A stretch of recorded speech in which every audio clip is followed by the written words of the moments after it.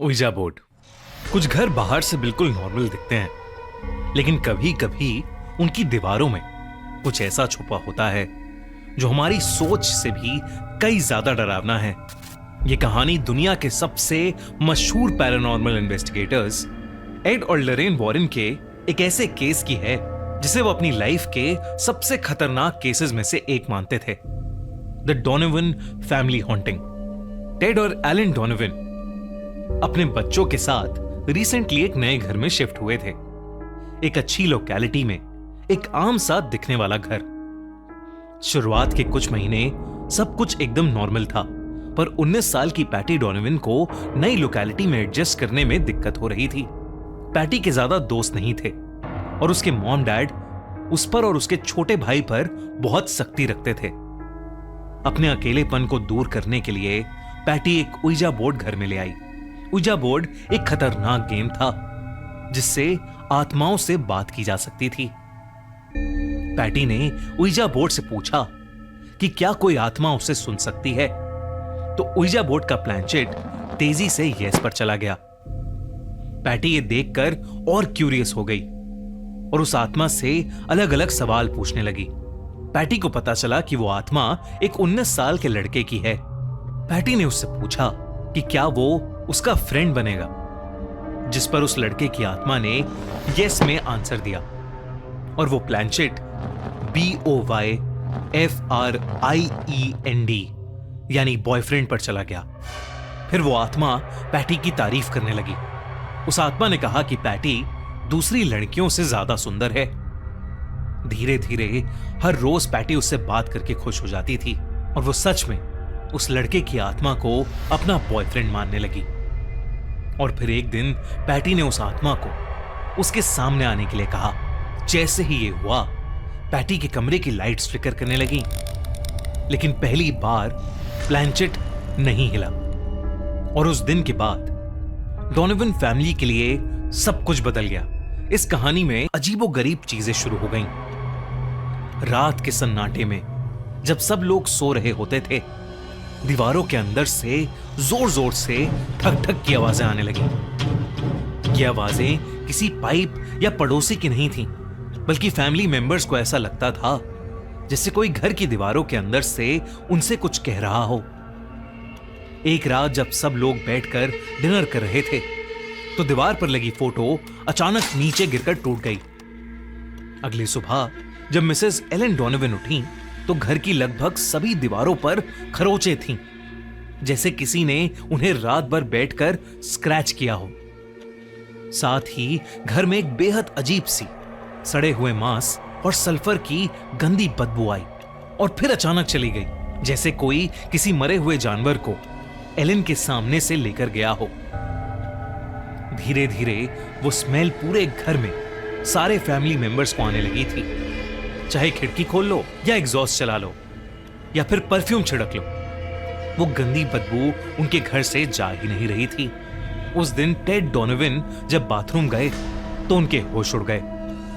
नल से पानी की जगह खून जैसा गाढ़ा लाल लिक्विड निकल रहा था।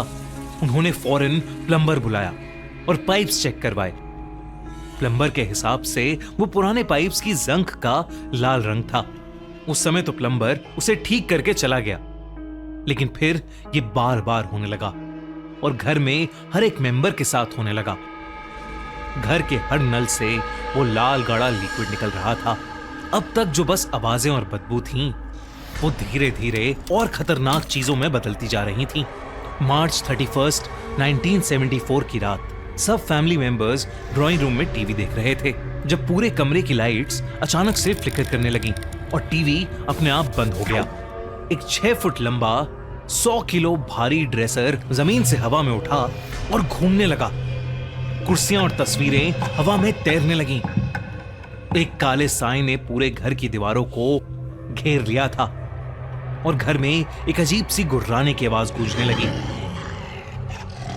टेड डर के मारे पूरी फैमिली को लेकर होटल में रहने चला गया, लेकिन वहां भी लाइट्स जलबुझ होने लगी और चीखने चिल्लाने की आवाजें आने लगी, जिस वजह से होटल मैनेजर ने उन्हें निकाल दिया। जब वो वापस घर आए तो घर पूरी तरह तबाह हो चुका था। घर के कालीन और बिस्तरों पर क्लीनिंग फ्लूइड्स, शराब और परफ्यूम गिरा हुआ था और दीवारों पर गंदी गंदी गालियां लिखी हुई थीं। पड़ोसियों ने भी घर के अंदर से गुर्राने और चीखने की आवाजें सुनी थीं, लेकिन किसी को कुछ समझ नहीं आ रहा था कि यह सब क्यों और कैसे हो रहा है। जब हालात कंट्रोल से बाहर हो गए तो टेड डोनोवन ने पैरानॉर्मल इन्वेस्टिगेटर्स एड और लॉरेन वॉरेन को बुलाया। एड और लॉरेन वॉरेन दुनिया के सबसे फेमस पैरानॉर्मल इन्वेस्टिगेटर्स थे। उन्होंने कई खतरनाक हॉन्टिंग के केसेस सॉल्व किए थे। एड और लॉरेन जब डोनोवन फैमिली के घर पहुंचे तो उन्होंने घर में कदम रखते ही कहा कि वहां का माहौल दम घोटने वाला है। एड वॉरेन ने दीवार पर 2 बार नॉक किया तो जवाब में एड को दीवार से भी 2 बार नॉक की आवाज आई। घर में वो गंदी बदबू अब भी आ रही थी और नल से अभी भी वही लाल गाढ़ा पानी निकल रहा था। इन्वेस्टिगेशन के दौरान लॉरेन को पैटी के कमरे के पास एक बड़ा सा काला साया हवा में फ्लोट होते हुए दिखा। उसकी आंखें लाल थीं और लॉरेन उसे देखते ही बहुत कमजोर महसूस करने लगी, जैसे कोई उससे उसकी एनर्जी खींच रहा हो। तभी वहां एड आ गया और वो साया गायब हो गया। घर में बच्चों ने बताया कि उन्होंने कई बार एक काले साए को अपने बिस्तर के पास खड़ा देखा है, बल्कि मिसेस डोनोवन ने भी कई बार उस काले साए को किचन में महसूस किया है। वॉरेन्स ने प्रेयर्स और अपने रिचुअल्स शुरू कर दिए, लेकिन जब भी वो प्रेयर्स और रिचुअल्स स्टार्ट करते, घर की दीवारों में जोर जोर से ठक ठक शुरू हो जाती। उनकी कैंडल्स और दिए अपने आप बुझ जाते। वो जो भी आत्मा थी वो नहीं चाहती थी कि वॉरेन्स वहां पर हों। हमले बढ़ने लगे। एक रात जब मिसेस डोनोवन सो रही थीं, तो उन्हें ऐसा लगा कि जैसे कोई अदृश्य हाथ उनका गला दबा रहा हो। जब लाइट जलाई गई तो उनकी छाती पर खरोचों के निशान थे। वॉरेन समझ गए थे कि यह सिर्फ एक हॉन्टिंग नहीं है, बल्कि एक इन्फेस्टेशन है। इन्फेस्टेशन का मतलब था कि वहां कोई भटकती हुई आत्मा नहीं, बल्कि एक डेमोनिक, एक शैतानी शक्ति है जो पूरे परिवार को नुकसान पहुंचाना चाहती है। लॉरेन ने यह भी बताया कि यह आत्मा इस घर से अटैच नहीं है, इसलिए वो होटल में भी उनके पीछे आ गई। साथ ही लॉरेन ने यह भी कहा कि यह आत्मा अपने आप नहीं आई है, बल्कि इसे घर के किसी मेंबर ने खुद इनवाइट किया है। और तब पैटी ने सबको ouija बोर्ड के बारे में बताया।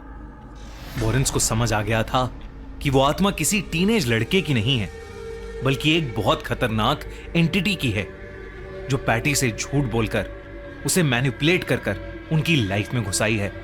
एग्जॉर्सिज्म ही इस सब से बचने का एक आखिरी तरीका था। एड वॉरेन ने चर्च से एग्जॉर्सिज्म की परमिशन मांगी। जब प्रीस्ट ने एग्जॉर्सिज्म शुरू किया तो डोनोवन फैमिली का घर किसी जंग के मैदान में बदल गया। कमरे का टेम्परेचर बर्फ जैसा ठंडा हो गया, दीवारें हिलने लगी, अजीब आवाजें आने लगी और कई खिड़कियां अचानक टूट गईं। उस समय पूरे परिवार ने वही काला साया देखा। वो उनके सामने आ गया था और बेहद भयानक लग रहा था। अचानक पैटी हवा में उड़ने लगी। वो काला साया पैटी में समा गया और पैटी की आंखें लाल हो गईं।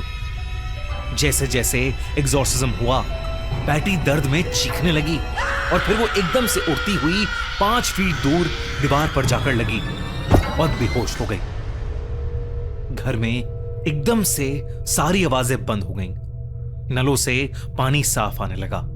जब पैटी की आंखें खुली तो वो बिल्कुल ठीक थी। एग्जॉर्सिज्म पूरा हो चुका था। आज भी डोनोवन फैमिली का वो घर वहीं खड़ा है।